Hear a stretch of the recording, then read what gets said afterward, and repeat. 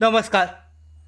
संजय गांधी निराधार अनुदान योजना या योजनेअंतर्गत लाभ घेणाऱ्या सगळ्या दिव्यांग बांधवांसाठी महत्त्वाची गोष्ट म्हणजे बहुतांश लाभार्थ्यांना हयातीचा दाखला असेल, त्याचबरोबर पोर्टलवर ज्या पद्धतीने त्यांची नोंदणी असेल किंवा इतर काही गोष्टी असतील, याबाबत त्यांना अडचणी येत आहेत. म्हणजे UDID असेल, त्याचबरोबर आधार कार्डचं लिंकिंग असेल, अशा विविध गोष्टी आहेत. तर यामध्ये निराधार बांधव जे आहेत लाभ घेणारे, त्यांना यामध्ये तांत्रिक अडचणींचा सामना करावा लागत आहे आणि या तांत्रिक किंवा इतर अडचणी ज्या आहेत कागदपत्रांच्या अडचणींमुळे लाभार्थ्यांना पेन्शनच्या हप्त्यापासून मुकावं लागत आहे. म्हणजे त्यांना हप्ता जो आहे हा मिळत नाही आहे. तर याबाबत पाहू शकता ज्या काही समस्या आहेत त्या समस्यांवर पर्याय काय आहे, राज्य शासनाने जे पर्याय सुचवले आहेत त्यावर उपाय काय आहे, हे आजच्या व्हिडिओमध्ये जाणून घेऊयात. बहुतांश दिव्यांग बांधव असतील त्यांना हयातीचा दाखला काढताना त्यांचं जे व्हेरिफिकेशन असेल म्हणजे फोटो असेल किंवा इतर बाबतीमध्ये त्यांना अडचणी येत आहेत. त्यांचं डोळ्यांचं व्हेरिफिकेशन असेल, आयरिस व्हेरिफिकेशन, तर या अडचणी त्यांना येत आहेत दिव्यांग बांधवांना. तर यावर पर्याय काय आहे माहिती जाणून घेऊयात. तत्पूर्वी मराठी बिग गाईड या यूट्यूब चॅनलवर जर तुम्ही नवीन असाल तर सबस्क्राईब करून घ्या. त्याचबरोबर बेल आयकॉनला सुद्धा क्लिक करा, म्हणजे सगळ्या महत्त्वाच्या अपडेट तुमच्यापर्यंत वेळेवर पोहोचतील.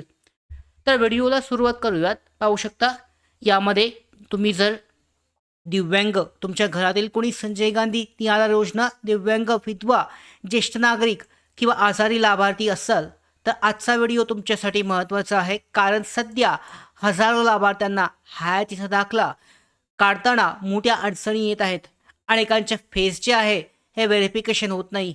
त्याचबरोबर काही अंगठा लागत नाही आहे, OTP येत नाही आणि त्यामुळे त्यांचं अनुदान बंद होईल की काय अशी भीतीसुद्धा त्यांना निर्माण झाली आहे. असे बहुतांश लाभार्थी आहेत ज्यांची या कारणामुळे या अगोदरसुद्धा पेन्शन बंद झाली आहे. यामध्ये त्यांची काही चुकी नसताना पण घाबरण्याची गरज नाही आहे. आजच्या या व्हिडिओमध्ये आपण माहिती पाहूयात. सरकारने, शासनाने अशा लाभार्थ्यांना जे पर्याय दिलेले आहेत हे पर्याय जाणून घेऊयात. ते काय करू शकतात.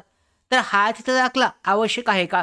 तर पाहू शकता सगळ्यात महत्त्वाचा आणि पहिला प्रश्न, जेव्हा नवीन कागदपत्र प्रत्येक वर्षी सादर करावे लागतात तेव्हा लाईफ सर्टिफिकेट हे आवश्यक असतं. तर संजय गांधी निराधार योजनेअंतर्गत दरवर्षी लाभार्थ्यांना आपण जिवंत असल्याचा पुरावा म्हणजेच हयातीचा दाखला हा सादर करणं आवश्यक असतं आणि याच पडताळणीनंतर पुढील अनुदान हे सुरू राहतं. परंतु यावर्षी ही प्रक्रिया ऑनलाईन झाल्यामुळे यामध्ये लाभार्थ्यांना अडचणी येत आहेत. मागील वर्षापर्यंत एका कागदावर तुम्ही लिहिलं आणि सही करून शिक्का देऊन तुम्ही जर सबमिट केलं तरी होत होतं. मात्र आता ऑनलाईन केल्यामुळे यामध्ये बहुतांश लाभार्थ्यांना अडचणी येत आहेत. नेमक्या समस्या काय आहेत तर सुमारे 50% लाभार्थ्यांनी अजूनही हयातीचा दाखला जो आहे हा सादर केलेला नाही आहे, भरलेला नाही.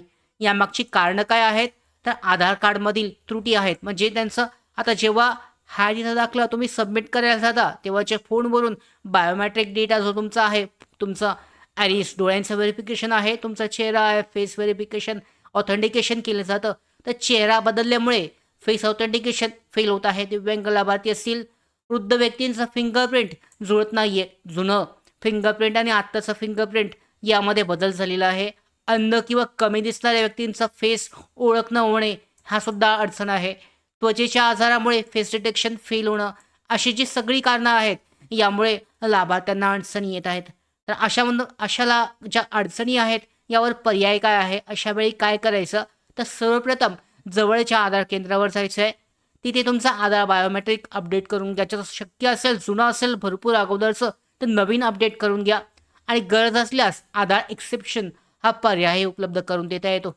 यामुळे अनेक लाभार्थ्यांची समस्या जी आहे ही सुटू शकते आणि त्यांचं हयातीचा दाखला जो आहे हा सबमिट होऊ शकतो. आणि हे सगळं करून जरी तुमचा हयातीचा दाखला निघत नसेल तर याच ठिकाणी अनेक माहिती नसलेला एक महत्त्वाचा पर्याय आहे. राज्य शासनाने सगळ्या लाभार्थ्यांना एक शेवटचा पर्याय सुद्धा दिलेला आहे.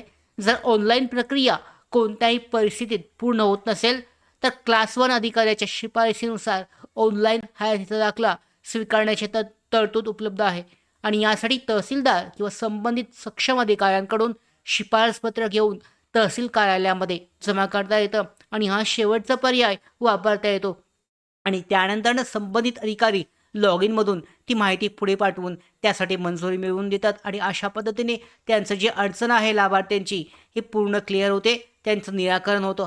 पण प्रत्यक्षामध्ये काय समस्या येते, अनेक तहसील कार्यालयातील कर्मचारी जे असतात, तुम्ही जर त्यांना ही माहिती सांगितली तर त्यांनाच या माहितीची म्हणजे ही प्रक्रिया जी आहे या प्रक्रियेची माहिती नसते.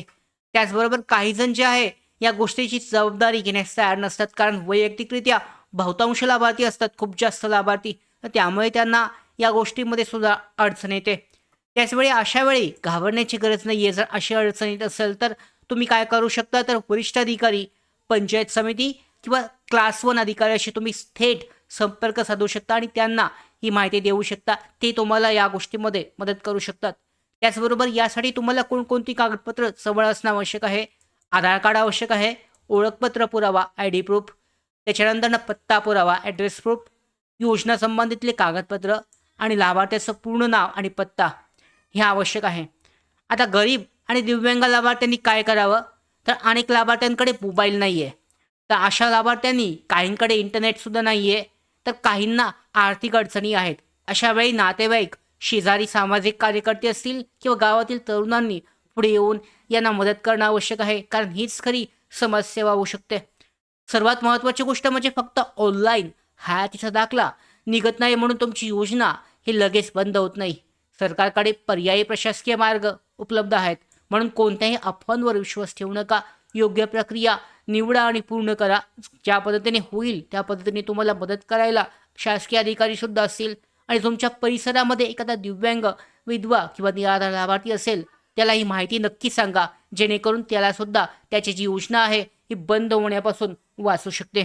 त्या व्हिडिओ जो आहे हा लाभार्थ्यांसाठी खूपच महत्त्वाचा आहे. जास्तीत जास्त लाभार्थ्यांपर्यंत शेअर करा, कारण त्यांचं जे या कारणामुळे त्यांचं जर पेन्शन लाभ त्यांना मिळत नसेल, त्यांचं पेन्शन जर रखडत असेल, तर त्यांच्यासाठी हे खूपच महत्त्वाचे अपडेट आहे.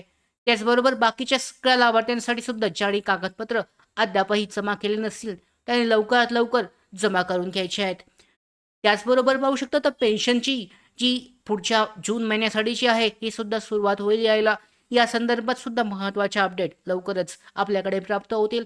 सगळ्या महत्त्वाच्या अशाच अपडेट मिळवण्यासाठी मराठी बिग गाईड या यूट्यूब चॅनलला सबस्क्राईब करा.